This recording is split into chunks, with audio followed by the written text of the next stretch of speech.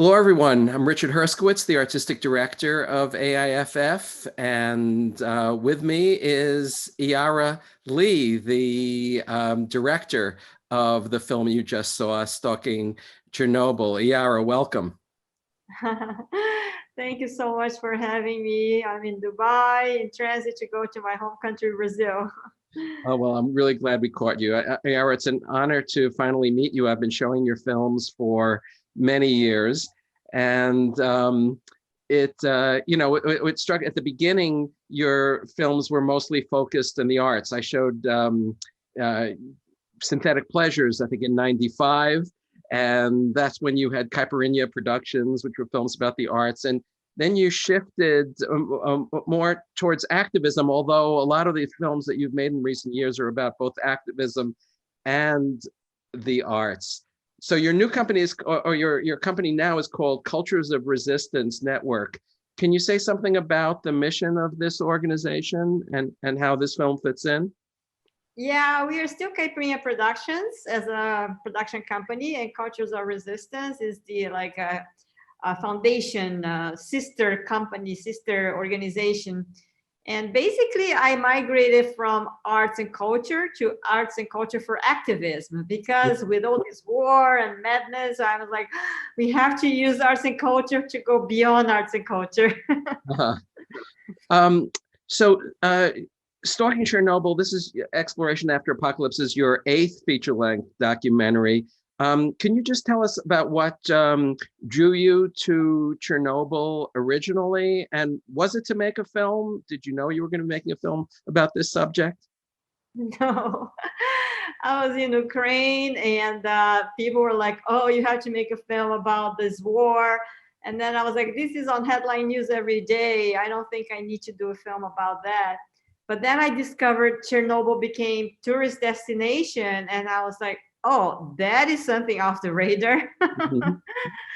And then I started learning about it, and I was just like fascinated how humans get curious and insatiable about excitement, that they have to go and start venturing into exclusion zone of Chernobyl for excitement. Yeah. And thousands of people go, they want to understand history, they want to see this ghost space, and they want to learn. And a lot of artists, they make murals, they take photographs, they make installations, and hikers go illegally. We call them stalkers. Yeah. And it's just a whole fascinating world. Well, it strikes me that it is connected. You explore cultures of resistance, and the stalkers are a counterculture of resistance of some kind, but a problematic one as a counterculture, of course. Can you talk about that? About resistance as a counterculture, yeah. Yeah, it became some sort of underground thing where these kids, I mean, some of the fathers, their parents, they were there during the nuclear meltdown trying to extinguish the explosion. And a lot of them died of cancer, and a lot of them, got terminally ill. But these children, they're still very interested. They want to go there and learn. And in fact, it's contradictory, because after so many years isolated without human presence, the actual forest bounced back. So it is beautiful. And there is a lot of wildlife, a lot of animals. So these kids go there hiking and, exploring, and to breathe fresh air. Obviously, it's illegal because they sometimes enter in areas that is prohibited. But since there is this whole culture going on, there's even like official tour operators that bring people in an authorized way. But even then, we all go with the Geiger, and sometimes the Geiger starts, the alarm goes on. It's like, oh no, please. When I was filming, I was pretty scared. But, humans are like that. So I went there and investigated. So can you talk about how this relates to the subject of dark tourism, right? I've heard that phrase, and that the Chernobyl visits fit into that larger category, which may range from visiting places like Dallas for where Kennedy was assassinated, or Auschwitz, or Gettysburg, or the 9/11 memorial. But Chernobyl adds another spin because of its danger, of course.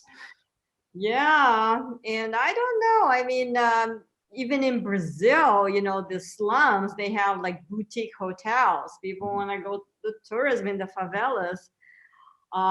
You know, when you have an accident on the road, the whole traffic stops because everybody wants to see. So maybe humans have this interest for, you know, macabre.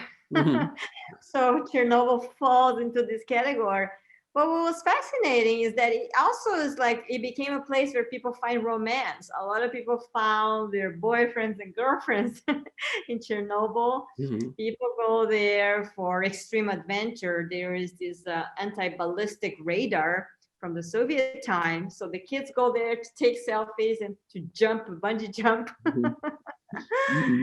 Cyclists go there for, you know, cycling around. And it's just like a multifaceted thing, you know, and in the sense that it's a little bit about the commodification and the Disneyfication of even places like that. So we bring these questions because I think we should, you know, ask ourselves, should people go there and put props so they can take a nice selfie? Should people go there and steal radioactive materials as souvenirs? You know, should people go there and kind of destroy a place that in a way is a historical place of a very, very dark time in our history? So the film has this kind of adventure foreground, but we raise a lot of philosophical questions and even talk a little bit about nuclear energy because, you know, nowadays with the carbon footprint of oil, Right. a lot of scientists and a lot of politicians say, well, nuclear energy is the way to go, but what are we going to do with the nuclear waste, you know? Mm-hmm. So we try to, through this adventure, also bring some of these very important questions for our times. Right. You're addressing there is the nuclear power debate. Is nuclear power dangerous but better than fossil fuels? I mean, do you have a position on that, or are you just intending to raise the subject? I think, you know, my personal position is that nuclear energy is not the way to go. And I know a lot of people feel like, you know, what are we going to do with our energy thirst? Because it doesn't look like humans will take a step back and be less consumerist. But I think ideally, you know, we would have to just cut our consumption so we don't need to resort to dangerous ways like nuclear energy. But I don't know. I think humans, they just tend to become more consumerist instead of less. But COVID has taught us a big lesson that maybe for our happiness, we just need some of the basics, you know, a roof, a place to sleep, food, all these shops with luxury products sitting around. Do we even need to buy so much, you know? So I think these are the interesting things about our films, that we try to like show this kind of like eye candy thing, but then there are some dark questions behind. Even Synthetic Pleasures was the same. People trying to manipulate through plastic surgery, or go skiing in the summer, or just, you know, swim in an indoor beach with computer generated waves so people can surf indoors while the real beach is right outside. I mean, Dubai is like, you know, you cannot go to Egypt. Egypt comes to you. You go to the shopping mall, it's like theme park, which is a little bit like Las Vegas on steroids here. You mentioned COVID, and of course, this resonates in fascinating ways. I mean, what made me think of, you know, people refusing to wear masks, or resisting the vaccine, and whether that connects with a kind of appetite for risk and self-destruction that you see in among the stalkers. Yeah, I think maybe human nature is self-destructive because we know a lot of things that are bad. Even if you put on the tobacco and the cigarettes and this is bad for your health, this is dangerous, people will still smoke if they have pleasure out of that. And I think this is another philosophical question, why humans are so self-destructive to the point that we endanger our health and our lives. I mean, there's a scene in the film. People say, if you don't have a Geiger, you go further, because then you don't even have that thing measuring. You just go for it, go for full adventure. But then 10 years from now, 20 years from now, maybe you'll get cancer. But the kids are like, but the pleasure now and the excitement now is not not comparable. So we'll go for it. I don't want to miss the opportunity to ask you, because I'm a huge fan of Tarkovsky, and you dedicate the film to him. When did that occur to you in the course of the process, that there was a relationship here between what you were observing in Chernobyl and Tarkovsky?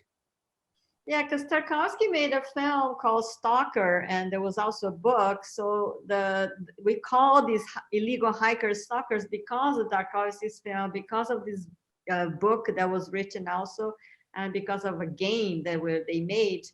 And Tarkovsky, when he made Stalker, he talked about, in a metaphorical way, about this nuclear disaster. So this whole journey going to this place that is kind of an exclusion zone in itself. So it was very lyrical, and my whole life admiring his aesthetics and his metaphorical way of using cinema language. It was very influential to me.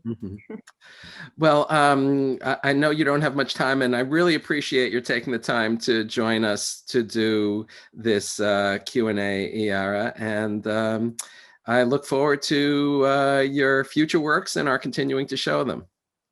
And please encourage the audience to send us questions through social media, email, Instagram, because we love to interact with our audiences and be in touch in the long term. Okay, Cultures of Resistance Network is your organization and your site. And again, congratulations on your wonderful film. Thank you. Thank you.